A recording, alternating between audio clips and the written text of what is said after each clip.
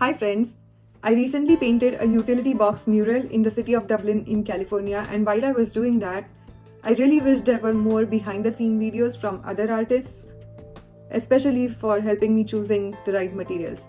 So while I was doing this, I thought, why not I do one myself?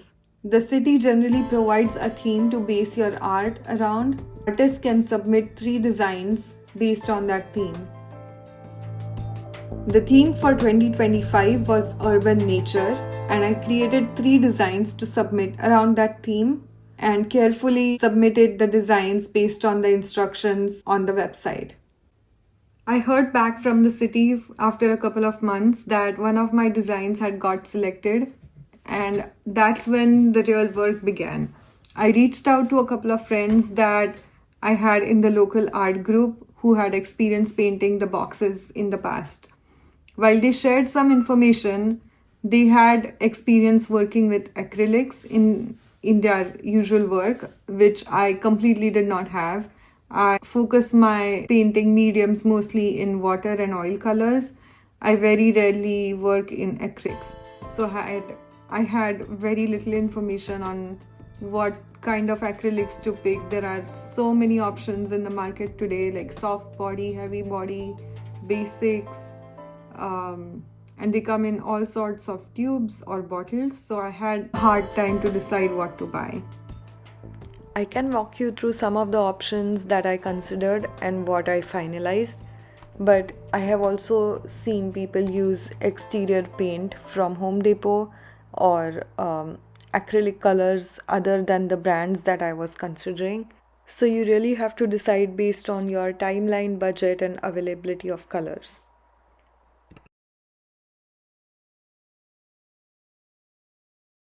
Golden Acrylics. You will find this brand on the Blick website or in store, online on Michaels, or you can also find it on Amazon.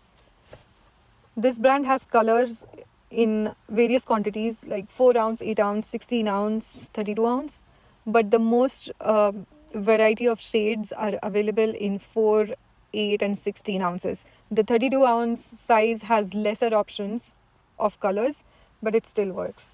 I have heard good reviews about this brand. There is another brand called Nova Colors. This brand stood out while I was doing my Google and YouTube research.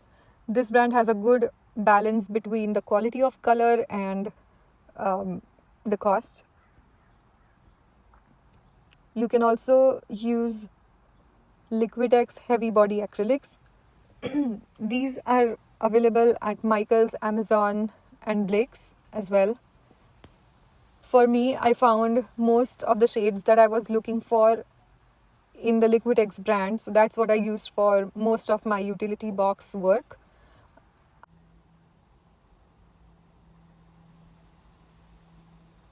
What worked for me is using most shades from the Liquitex brand and one shade from the Golden Acrylic option, because I was looking for the exact shade for the most part so that I don't have to mix colors while I was working, because it's hard to get the right shade every single time you mix it. So getting the exact shade that you want to paint is key. It also saves you time. Another thing that really helped me is using ChatGPT to get a ballpark of how much paint I was going to need. I measured the utility box dimensions and added my design mockup to the prompt. It helped me get a ballpark of how much each paint color I'm going to require. It also suggested some popular paint brands and types to use. It's also a great idea to use acrylic medium gloss or matte with your paints. The city also provided some material like primer, sandpaper, soap to wash the box before beginning to paint. This is a tarp, reusable gloves, a couple rollers, a brush, masking tape, and a hammer. These are the primer, sandpaper, and sponge provided by the city. I'm also going to use a couple rags, a bucket to wash my brushes, and I'm going to pack everything in this box to take with me. You might need the hammer to open the primer box and also to fit the lid back in when you're ready to pack up. That's really handy. I found all these supplies, the rollers, tarp, gloves, the tapes, all at the dollar store. So if you don't want something that really goes a long way, you can just stick to these dollar store supplies. They work perfectly for one project. The roller lasts for 2 coats of primer, and the gloves you can reuse. You can also buy extra tarp because you don't want the floor around the utility box to get dirty, because you're going to have to clean that up if it does. And then here's a sample of the paint that I'm going to be using for the most part. This is Liquitex Heavy Body Acrylic. And I would recommend not buying a lot of paint all at once. Just see what your design needs, and you can always buy more if you need. But after you start with your painting, you are going to get an idea of how much paint you're going to need. I would recommend buying in parts. I'm not someone who paints in acrylics a lot, so I'm going to limit my acrylic paint buying. One more thing that I needed to account for in my process was that there was no parking spot near my utility box, so I had to carry all the stuff from the parking to the box in one go, because I also was not going to have any company to look after the materials that I, let's say, put in one place and then went back to the car to get the rest. There was no way that was going to happen, so I had to pack light and in a strategic way where I could carry everything on my own. I also got a ladder, a step ladder, because the box was quite high and I had to reach the topmost part of it. So I had to carry the ladder and all this packed stuff and my backpack to the utility box and walk for about 5 minutes.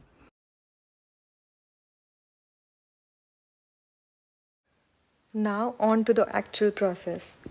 I started early morning, loaded all the materials in my car and headed to the utility box. The first step was to wash the box with soap and sponge. Next, I started to sand the box so that the primer would stick evenly on it. And then right after sanding, I got to priming the box. I made sure I covered the floor and the surface with tarp so that no drops of primer were left on the ground.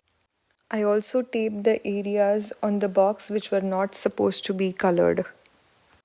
It's also a good idea to have 2 coats of prime so that the surface of the box is not visible. So I did 1 round of primer and let it dry and then did the next. The process from washing the box to priming it all twice took me about 3 hours. Okay, so I've just finished priming this box. I did 2 coats of prime, and um, now the next step is to, according to my design, I want to measure and put some markings on the box so it gives me some pointers to start painting. And now I have forgotten to get a pencil or a pen, so I have nothing to mark. So let's see. On the top right, you can see the design that was approved by the city. I started with the left hand side box that you see here, which is in blue with yellow flowers. Since I had no pencil to mark on the box, I measured the width of the box and then visually marked the center. There were 2 parts to the design, so I started to paint the 2 big yellow flowers on the blue side. This was my progress on day 1 after sanding, priming, and starting the first set of colors. At first, I had decided to paint one side of the box at a time, but then I soon realized it is easier to paint one color at a time. So, for example, if I'm starting with a yellow flower, it's easier for me to go around the box and paint all the yellow parts based on the design.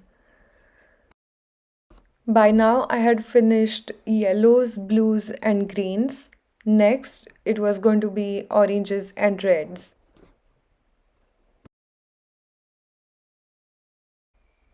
Another challenging part was to get the lettering right.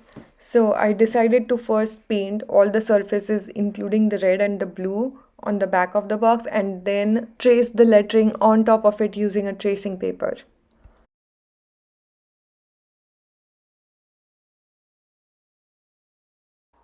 After everything was done, I gave a final touch of finishes on all the sides of the box wherever I felt like,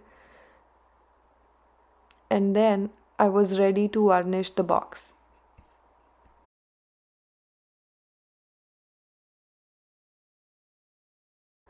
For me, this was the most enjoyable part since I knew that everything was done, all the painting was done, and this was the last part left. This varnish anti-graffiti coat was provided by the city. This was by Nova Color. So that was all about my experience painting my first utility box. I hope you have found this video helpful and informative. I'm happy to answer any questions you might have. Thank you.